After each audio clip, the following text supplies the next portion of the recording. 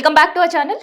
సంగారెడ్డి సింగాపూర్ పిల్లల వసతి గృహం హాస్టల్లో ఎట్లాంటి దుర్మార్గమైన పరిస్థితి అంటే ఆడియో విన్న తర్వాత ఆ వార్డెన్ ఎవరైతే ఉన్నారో దొరికించుకొని కొట్టాలన్నంత కోపం వస్తుంది ప్రతి ఒక్కరికి.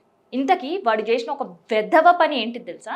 ఫస్ట్ ఆఫ్ ఆల్ పిల్లల్ని బాగా చూసుకోకపోవడం అండ్ అక్కడ కంటిన్యూగా ఫుడ్ పాయిజన్స్ అవ్వడం, ఏకంగా పిల్లలే రోడ్ ఎక్కి రాత్రిపూట మాకు నాణ్యమైన భోజనం పెట్టట్లేదు, మమ్మల్ని బూతులు తిడుతూ ఇబ్బంది పెడుతున్నాడు, మా పైన ఈ వార్డెన్ చేయి చేసుకుంటున్నాడు అంటూ పిల్లలు రోడ్ ఎక్కితే ప్రభుత్వం వెంటనే చర్యలు తీసుకొని అక్కడి నుంచి ఆ వార్డెన్ని తరిమేసింది.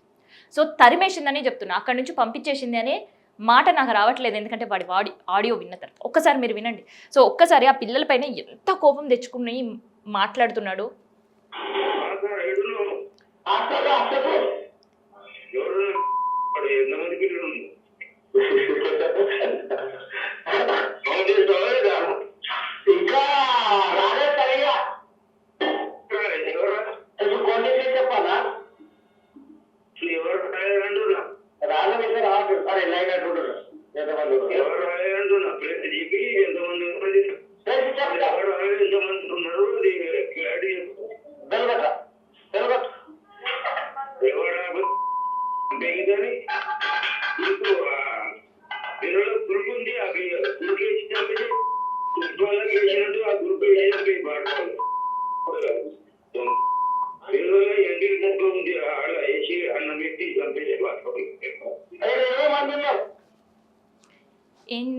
మీకు ఆడియో స్పష్టత ఉందో లేదో తెలియదు, కొన్ని బీప్ సౌండ్ వేయడానికి కారణం ఏంటంటే పిల్లల్ని బూతు మాటలు తిడుతున్నారు. సో ఆడియో వినిపించాలని నేను అనుకోవట్లేదు, అందుకని అక్కడ బీప్ సౌండ్స్ పట్టి.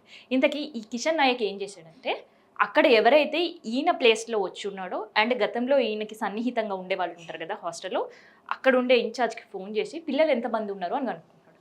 సో పిల్లలు కనుక్కున్నారు, పోనీ వాళ్ళ బాగోగుల గురించి ఏమైనా కనుక్కొని ఉంటాడని మీరు ఆలోచిస్తుండొచ్చు.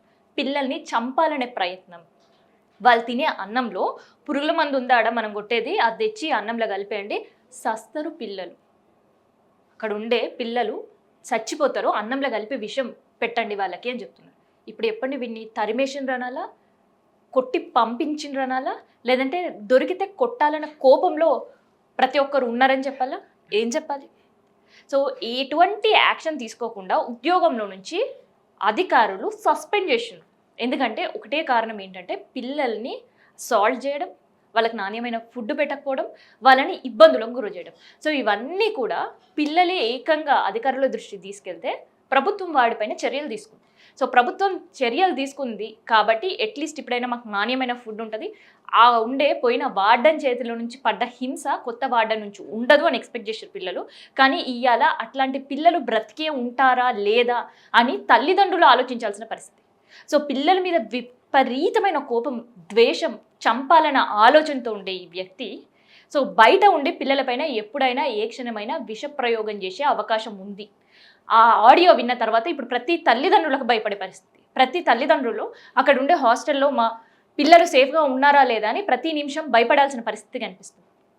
ఎందుకంటే తెలంగాణ మిషన్ అనే ఒక సంస్థ తెలంగాణలో ఉండే హాస్టల్ల పరిస్థితి ఎట్లా ఉంది, ఫుడ్ పాయిజన్ కేసెస్ ఎట్లా ఉన్నాయి, ఎంతమంది చనిపోయారు అంటూ ఒక సర్వే చేసింది. సో చనిపోయిన పిల్లల పరిస్థితి ఎట్లా చనిపోయింది అనేది కూడా సర్వేలే చెప్పింది. సో అట్లాంటి దుస్థితి మళ్ళీ ఇట్లాంటి హాస్టల్కి రాకుండా ఉండాలి అంటే కిషన్ పైన ఖచ్చితంగా కఠిన చర్యలు తీసుకోవాలని పేరెంట్స్ డిమాండ్ చేస్తున్నారు. సో వాడికి ఒక పగతో ప్రతీకారంతో పిల్లలపైన రగిలిపోతున్నాడు తప్ప నేను చేసింది తప్పు కాబట్టి నన్ను విధుల నుంచి తొలగించిండ్రు అనే ఒక గిల్ట్ కావచ్చు, లేదంటే పిల్లలపైన ఒక సింపతి కావచ్చు, ఇట్లాంటివి ఏమీ లేవు. అందుకనే అక్కడుండే వాళ్ళపైన ప్రెజరైజ్ చేస్తున్నాడు. ఎవరైతే ఫోన్ మాట్లాడుతున్నాడో ఆయన కూడా తిడుతూ మాట్లాడుతున్నాడు, నన్ను పంపించేసారుగా రేపొద్దున నేను కూడా పంపిస్తున్నాను, అందుకని పిల్లల్ని చంపి విషప్రయోగం చేయాలి, అన్నంలో పురుగుల మందు కలపాలి అంటూ ఇన్స్ట్రక్షన్స్ ఇస్తున్నాడు. సో పోనీ అక్కడ ఉండే వ్యక్తికి ఒక మానవత్వం ఉందేమో. సో అందుకనే వీడి చేష్టలు బయట ప్రపంచానికి తెలవాలి, ఇంకా వాడిపైన యాక్షన్ తీసుకోవాలని ఆలోచించుండేము. సో అందుకనే ఈ వీడియో వైరల్ చేసిండ్రు. ఈ వీడియో ప్రతి ఒక్కరికి వినిపించే ప్రయత్నం చేశారు. సో ఇట్లునే వార్డెన్ల పరిస్థితి. చేసిన తప్పుకి పశ్చాత్తాపం కాదు, కనీసం ఆ పిల్లలపైన ఎట్లా మనం పగ తీర్చుకోవాలి అనే మెంటాలిటీస్ ఉండేవాళ్ళు బయటపడ్డ ఆడియో ఇది. కానీ అక్కడ వార్డన్గా పనిచేస్తున్నన్ని రోజులు, ఒక ఇన్ఛార్జ్గా విధులు నిర్వహిస్తున్నన్ని రోజులు పిల్లల విషయంలో ఇంకెంత మూర్ఖంగా ప్రవర్తించిండు అనేది ఈ ఆడియో విన్న తర్వాత ఎవరైనా అట్లీస్ట్ ఒక్కసారి ఇమాజినేషన్ చేసుకుంటే భయపడే పరిస్థితి. మనకే అట్లుంటే అక్కడ ఉండే పిల్లలు ఎంత అనుభవించి ఉంటారు. అందుకనే రోడ్ ఎక్కి వాళ్ళు ధర్నా చేసారు. సో వాళ్ళు చేసిన ధర్నాకి ప్రభుత్వం నిజంగానే స్పందించింది కాబట్టే వాడి నుంచి విముక్తి చేసింది. లేదా అట్లే వాడిని గనక ఆ హాస్టల్లో విధుల నుంచి కంటిన్యూ చేసి ఉంటే ఇంకెంత ఇబ్బంది పడేవాళ్ళు పిల్లల్ని, ఇంకెంత ఇబ్బంది పెట్టేవాళ్ళు, ఇంకెంత ఫుడ్ విషయంలో కావచ్చు, లేదంటే వాళ్ళని తిట్టే బూతుల విషయంలో కావచ్చు, ఇంకా డోస్ పెంచే అవకాశం ఉండేది. ఈ కోపం పెట్టుకొని ఆ గర్జ్తో పిల్లల్ని ఇంకేమైనా వాడు చేసే అవకాశం ఉండేదేమో. సో విధుల నుంచి తొలగించరు, హ్యాండ్సప్ చెప్పాలి అధికారులకి, త్వరగా డెసిషన్ తీసుకున్నారు కాబట్టి. కానీ వీడి నుంచి ఆ హాస్టల్ పిల్లల్ని ఎట్లా కాపాడతారు అనే అక్కడ ఉండే తల్లిదండ్రుల ప్రశ్నలకి ఇప్పుడు పూర్తి బాధ్యత ప్రజెంట్ ఉండే వార్డనే తీసుకోవాల్సిన పరిస్థితి.